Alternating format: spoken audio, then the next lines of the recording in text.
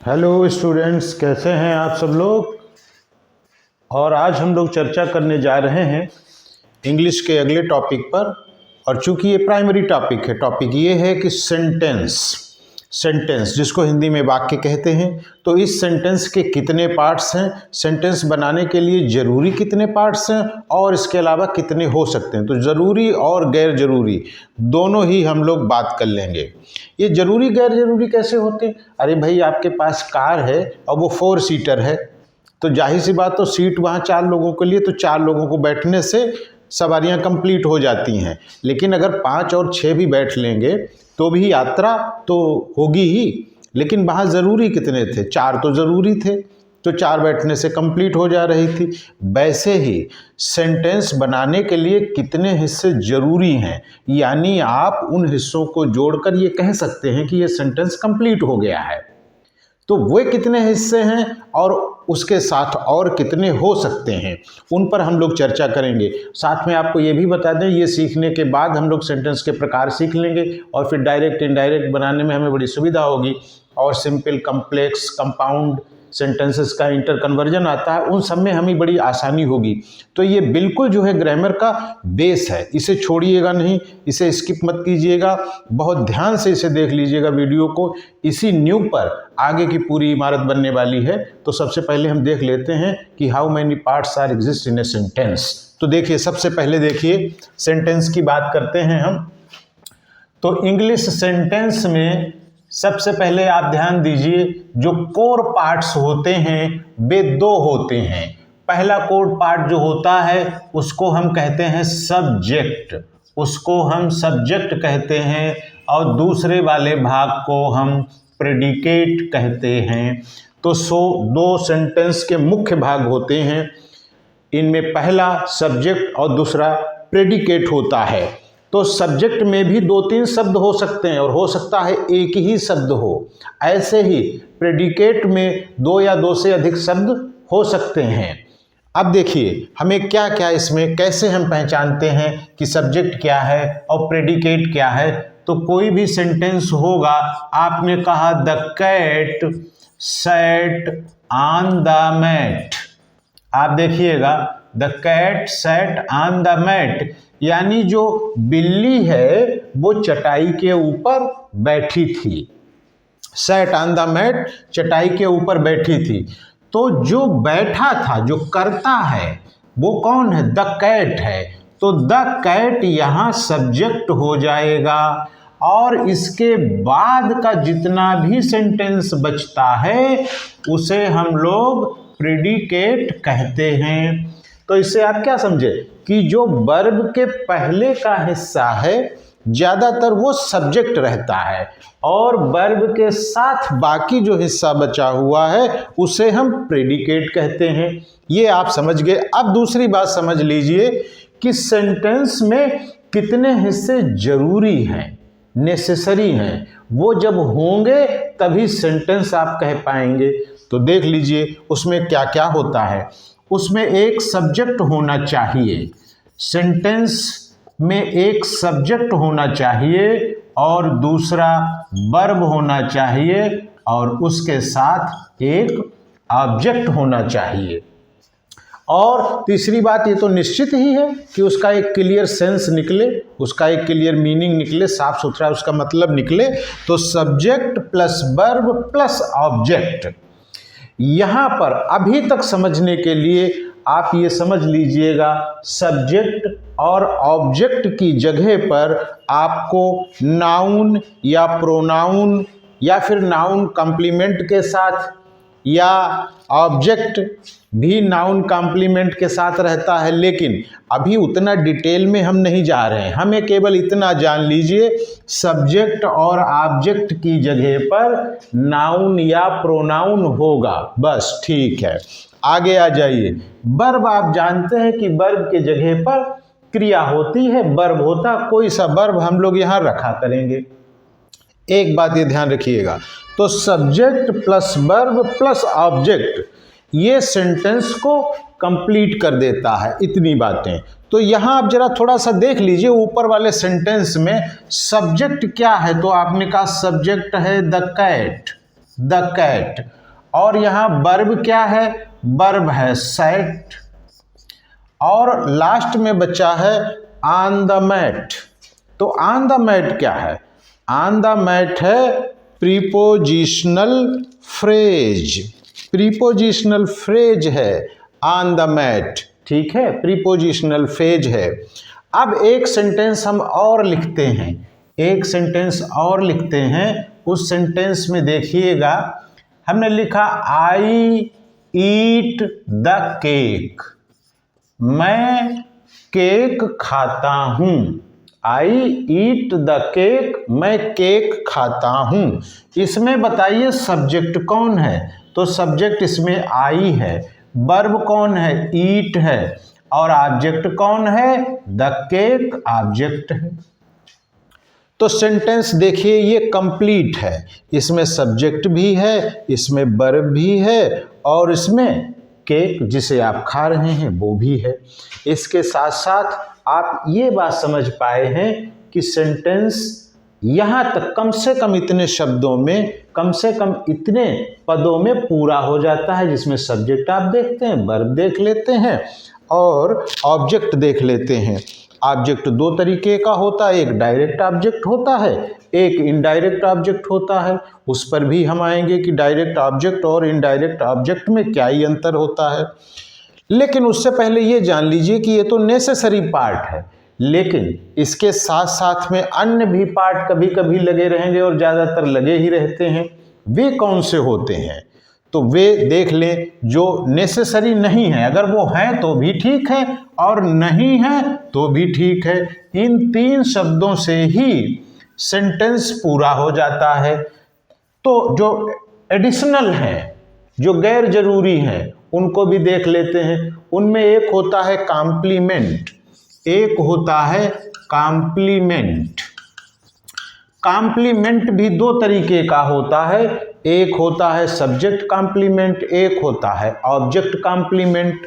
तो पहला आपने देखा कि सब्जेक्ट कॉम्प्लीमेंट, सब्जेक्ट कॉम्प्लीमेंट यानी ये सब्जेक्ट के बारे में ही कोई कुछ बता रहा है, सब्जेक्ट को ही एक दूसरे नाम से पुकार रहा है। जैसे आप कहिए he is a doctor, he is a doctor, तो आप बताइए कि ही तो इसमें सब्जेक्ट है, इज इसमें वर्ब है, और जो ये डॉक्टर है ये कौन है, ही इज ए डॉक्टर, ये डॉक्टर कौन है। तो आपको लगेगा सब कुछ ऑब्जेक्ट की जगह पर, ऑब्जेक्ट की पोजीशन पर है, लेकिन ध्यान से सुनिए, जो ही है वही डॉक्टर है, वह डॉक्टर है, यानी डॉक्टर को ही आप ही कह रहे हैं और ही डॉक्टर है। तो ये दोनों व्यक्ति एक ही हैं। तो ये डॉक्टर कौन है, इससे जब पूछेंगे तो आप कहेंगे वह डॉक्टर है, ही जो है वही डॉक्टर है। तो डॉक्टर जो है वो कॉम्प्लीमेंट है, किसका कॉम्प्लीमेंट है, इसी सब्जेक्ट का। इसीलिए इस डॉक्टर को आप क्या कहेंगे, सब्जेक्ट कॉम्प्लीमेंट। दूसरा जरा देख लीजिए, दे इलेक्टेड हिम प्रेसिडेंट। इसको देखिए जरा ध्यान से, दे इलेक्टेड हिम प्रेसिडेंट। पहले पहचानिए सब्जेक्ट कौन है, दे, इलेक्टेड कौन है, वर्ब, हिम कौन है, ऑब्जेक्ट, और प्रेसिडेंट कौन है। ये प्रेसिडेंट कौन है, क्या दे प्रेसिडेंट है कि हिम प्रेसिडेंट है, तो ये जो हिम है यही प्रेसिडेंट है। दे इलेक्टेड हिम प्रेसिडेंट, उन्होंने उसे प्रेसिडेंट चुना, तो उसे चुना ना प्रेसिडेंट, तो प्रेसिडेंट तो हिम के लिए आया है। तो ये ऑब्जेक्ट है, इसलिए प्रेसिडेंट क्या हो गया, ये हो गया ऑब्जेक्ट कॉम्प्लीमेंट, ऑब्जेक्ट कॉम्प्लीमेंट हो गया ये। तो इस प्रकार से सेंटेंस में जब आएगा, ये एडिशनल इंफॉर्मेशन है, सेंटेंस में हो भी सकती है, नहीं भी हो सकती है, ऐसा कहा भी जा सकता है, नहीं भी कहा जा सकता है, लेकिन ये एडिशनल इंफॉर्मेशन है। इसी के साथ एक दूसरी एडिशनल इंफॉर्मेशन है, वो है एडवर्बियल। तो एडवर्बियल जो है उसको आप देख लीजिएगा, आसान है, आसान शब्दों में आपको समझ में आ जाएगा। एडवर्बियल ये भी इसके साथ में रहता है, हो भी सकता है और नहीं भी हो सकता है। तो आप विचार करें एडवर्बियल इंफॉर्मेशन में क्या ही हो सकता है ये। तो आप कह सकते हैं सी रैन क्विकली, लीजिए सी रैन क्विकली। सी कौन है? सब्जेक्ट है। रैन कौन है? वर्ब है। क्विकली कौन है? यही तो एडवर्ब है। ये जो शब्द है इसको एडवर्ब कहते हैं। वह दौड़ी जल्दी जल्दी, वह जल्दी जल्दी दौड़ी। तो कोई लड़की है जिसने दौड़ लगाई, लेकिन कैसे? जल्दी जल्दी। तो ये जो क्विकली शब्द है ये एडिशनल शब्द है, सेंटेंस में होगा, नहीं भी होगा। नहीं होने से भी सेंटेंस कंप्लीट माना जाएगा, और अगर है तो कोई बात नहीं, तो भी वो सेंटेंस ही रहेगा। ऐसे ही प्रीपोजिशनल फ्रेज, एक प्रीपोजिशनल फ्रेज होता है, वो भी साथ में हो सकता है। अब देखिए ये प्रीपोजिशनल फ्रेज है क्या? प्रीपोजिशनल फ्रेज ये प्रीपोजिशन के साथ रहेगा, यानी इन, ऑन, इनके साथ लगा रहेगा। तो आप कह देंगे the cat sat on the mat. तो ऑन द मैट ये क्या था? यही तो प्रीपोजिशनल फ्रेज है। तो आपने कहा the cat sat on the mat, on the mat. तो ये जो ऑन द मैट है, देखिए ऑन प्रीपोजिशन है, तो ये शब्दों का जो झुंड है इसको कहेंगे प्रीपोजिशनल फ्रेज। एक्चुअली में फ्रेज वो होता है जो शब्दों का झुंड होता है, लेकिन अगर उसे अलग कर दिया जाए तो वो अपना पूरा मीनिंग क्लियर नहीं बता पाता है। आप कह के देख लीजिए, आप जैसे ही कहिए ऑन द मैट, तो क्या बात पूरी है? तो तुरंत दिमाग में सवाल आएगा ऑन द मैट, मैट के ऊपर। तो आप पूछेंगे मैट के ऊपर क्या है भाई, कुछ तो कहो आगे, यानी बात अधूरी है। तो इसका कंप्लीट सेंस, जिन शब्दों के झुंड का कंप्लीट सेंस ना निकले उन्हें कहते हैं फ्रेज। तो उनमें ये एडवर्बियल फ्रेज है। तो ये सेंटेंस में कई बार आप देखते हैं, बहुत बार देखते हैं। तो ये हो भी सकता है, नहीं भी हो सकता है। तो सेंटेंस में दो पार्ट मुख्य थे, सब्जेक्ट और प्रेडिकेट। फिर आपने उसको तीन भागों में डिवाइड कर लिया कि सेंटेंस में तीन चीज़ें होनी चाहिए। अब आप देखिएगा कि वो तीन चीज़ें हैं जिन पर हम थोड़ी सी बात कर लेते हैं। थोड़ी सी सेंटेंस में तीन जगहें हैं। पहली जगह को आप कहते हैं सब्जेक्ट, दूसरी जो जगह है उसको कहते हैं वर्ब, और तीसरी जो जगह है उसे कहते हैं ऑब्जेक्ट। अब इस जगह में कौन कौन बैठ सकता है? तो बैठने के लिए ध्यान दीजिएगा, सब्जेक्ट की जगह पर नाउन, प्रोनाउन, सब्जेक्ट कॉम्प्लीमेंट, ये यहाँ बैठ सकते हैं। दूसरा देखिएगा, कभी कभी यहाँ अन्य भी शब्द आएंगे सब्जेक्ट की जगह पर, उनकी डिटेल में बाद में चर्चा करेंगे। अभी जो आप जितना आपको इस समय समझना चाहिए, इस वीडियो में समझना चाहिए, वो सिर्फ इतना समझिए कि सब्जेक्ट की जगह पर हम लोग अक्सर नाउन या प्रोनाउन लिया करेंगे। वर्ब की जगह पर तो हम वर्ब ही लेंगे। पिछले वीडियो में आप जान चुके हैं वर्ब में B1, B2, B3, B4 होते हैं, तो उनमें से कोई सा वर्ब हम लोग लेंगे। अच्छा, वर्ब में मेन वर्ब और हेल्पिंग वर्ब होते हैं। हो सकता है केवल एक ही वर्ब हो सकता है दो हो सकता है तीन हो। यहाँ जाइए, ऑब्जेक्ट की जगह पर हम लोग ज़्यादातर क्या ही लेते हैं? तो ऑब्जेक्ट की जगह पर ज़्यादातर हम लोग क्या भी लेंगे? नाउन और प्रोनाउन लेकर चलेंगे। इजी सेंटेंसेस के लिए, सेंटेंस आसान रहे, अभी आपको समझ में आता रहे, तो इतनी बात हम लोग करेंगे। तो ये तीन सीटें हैं, इन सीट पर हम क्रमशः जो 8 पार्ट्स ऑफ स्पीच आपने पढ़ रखे हैं उनमें से हर किसी का अपना स्थान तय है और वे वहाँ बैठते रहेंगे। तो साधारण रूप से एक सेंटेंस को आप मानक सेंटेंस तब कहेंगे जब उसमें ये तीन चीज़ें उपस्थित हों। और अगर शुरू वाली दो चीज़ें हैं, सब्जेक्ट है और वर्ब है, तो उसे कहेंगे क्लॉज। तो क्लॉज जो है वो डिपेंडेंट और इंडिपेंडेंट दोनों तरीके के होते हैं। तो क्लॉज में सब्जेक्ट हो सकता है, वर्ब हो सकता है, तो वो क्लॉज बन जाता है, लेकिन वो सेंटेंस नहीं हो पाता है। इसका अर्थ तो निकलेगा, लेकिन जो डिपेंडेंट क्लॉज है उसमें जब तक पूरी बात नहीं कहेंगे तो बात अधूरी सी लगेगी, और जो इंडिपेंडेंट है उसमें लगेगा कि हाँ बात थोड़ी सी पूरी है। जैसे इट रेन्ड, पानी बरसा, तो वो कैसा क्लॉज है? इंडिपेंडेंट क्लॉज है। और जो दूसरे पे जुड़ा है, जैसे बिकॉज से जुड़ा हो, इफ से जुड़ा हो, जैसे आप कहें कि मैं भीग गया क्योंकि बरसात हुई, तो अगर खाली आप लिखेंगे क्योंकि बरसात हुई तो दिमाग में आएगा भाई क्योंकि बरसात हुई तो क्या, आगे तो कुछ कहो, तो वो डिपेंडेंट है। डिपेंडेंट का मतलब है हमें दूसरे का सहारा चाहिए, तो वो डिपेंडेंट क्लॉज होगा। और इंडिपेंडेंट क्लॉज वो होता है जो बिना सहारे के भी अपनी बात कह लेता है। बात नंबर 1। दूसरी, इन्हीं सेंटेंसेस को बनाते बनाते इनके साथ फ्रेज भी होंगे, जिनमें आपने एक फ्रेज प्रीपोजिशनल फ्रेज देखा, तो इसके मतलब फ्रेज क्या है? ये भी कुछ शब्दों का झुंड है। कुछ शब्द इसमें होते हैं, लेकिन अगर उस फ्रेज को सेंटेंस से अलग कर देंगे तो उसका सेंस क्लियर नहीं होगा, सेंस पूरा नहीं होगा, वो आधा अधूरा आपको नजर आएगा।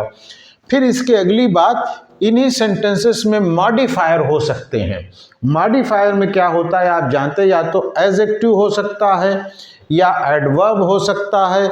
तो ये जो एडजेक्टिव और एडवर्ब होते हैं ये सेंटेंस में मॉडिफायर का काम करते हैं। इन पर भी हम क्रमशः आएंगे धीरे धीरे और आपको बताएंगे किस तरीके से ये काम कर रहे हैं। और एक अगली बात कि इनमें कहीं कहीं कंजंक्शन भी होगा, जैसे एंड। आप कहेंगे Ram is going to Agra और कहें Sita is going to Agra, तो राम और सीता को एक में मिला दो, Ram and Sita are going to Agra, तो जो एंड लगा है वो कंजंक्शन हो गया। तो आज के वीडियो में हमने एक वर्बली और थोड़ा सा रिटन वर्क करके बात को समझा है। इसे हम अगली बार में पूरा समझेंगे, लेकिन अभी जो हमने आपको बात बताई है, सब्जेक्ट वर्ब ऑब्जेक्ट होने से एक सेंटेंस हम क्लियर कर लेते हैं, और उसमें एडिशनल बातें हो भी सकती हैं, नहीं भी हो सकती हैं। इन 3 चीज़ों से ये बात कंफर्म हो जाती कि ये सेंटेंस मानक है, सेंटेंस कंप्लीट है। इसके अगले वीडियो में हम चर्चा करेंगे कि सेंटेंस जो कंप्लीट आपने किया है वो सेंटेंस होते कितने प्रकार के हैं, उन पर हम लोग चर्चा कर लेते हैं। और जब उनका प्रकार और उनका सेंस हम समझ जाएंगे तो आगे हमें direct, indirect, active, passive, simple, compound, complex बनाने में बड़ी ही आसानी महसूस होगी। काफ़ी हमें इसकी मदद मिलेगी, काफ़ी आसान लगेगा हमें।